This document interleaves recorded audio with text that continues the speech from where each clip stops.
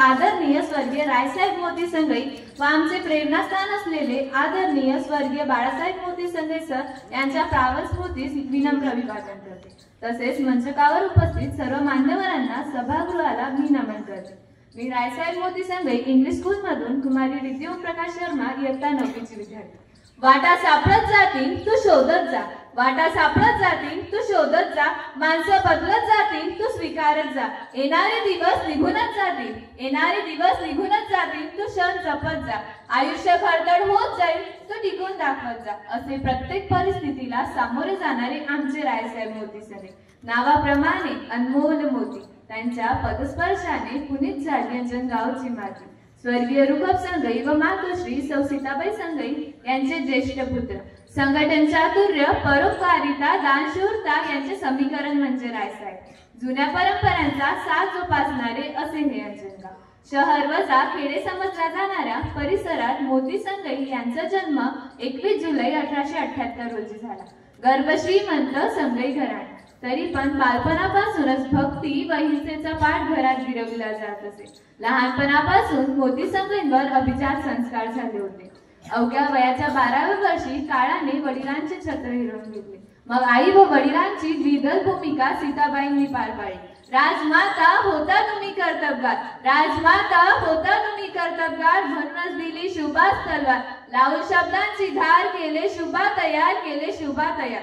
तुमचे उपकार आम्ही कधी न विसरणार। जसे जिजामातेने शुभांना घडविले व महाराष्ट्राचा उद्धार झाला, त्याप्रमाणेच उच्च संस्कार देऊन सीताबाईंनी मोती संघईंना घडविले व अंजनगाव नव्हे तर अंजनी ग्रामाचा उद्धार झाला।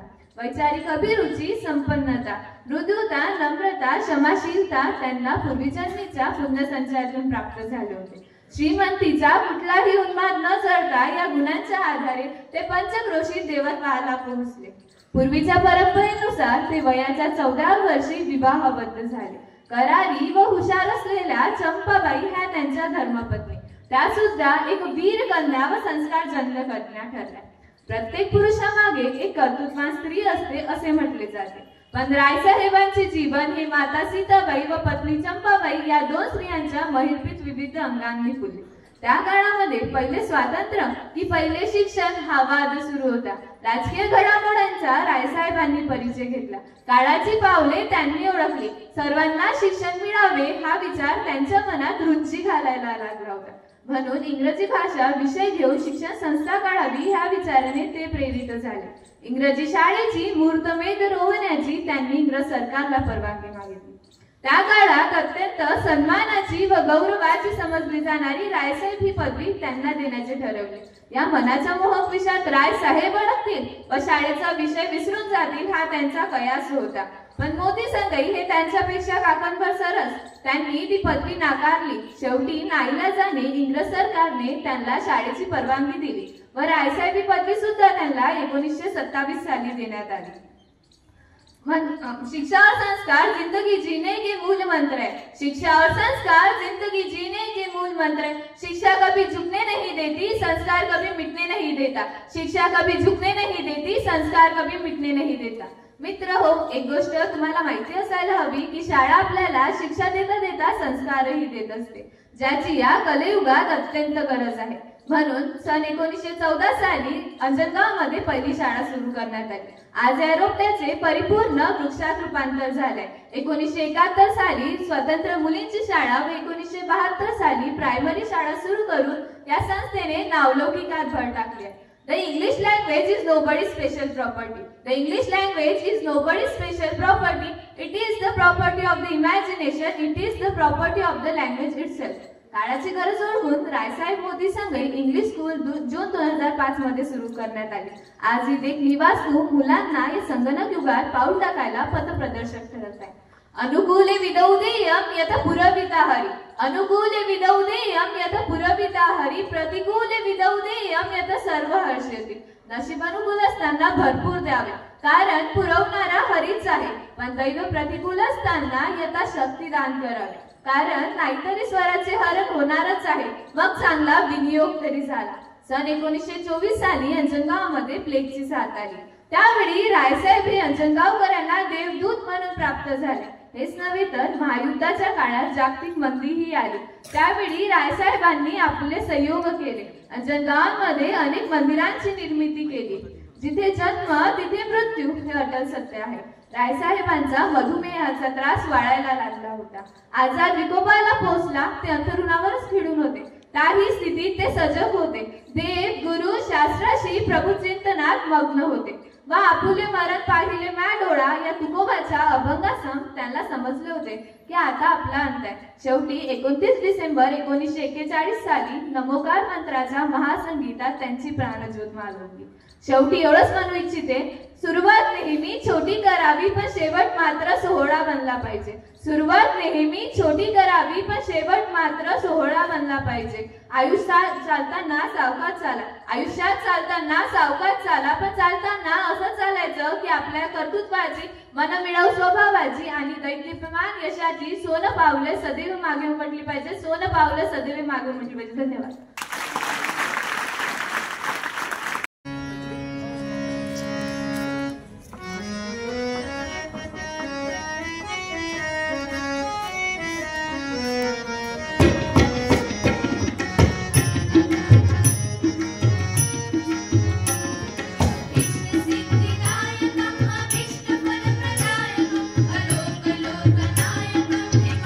विश्वनायक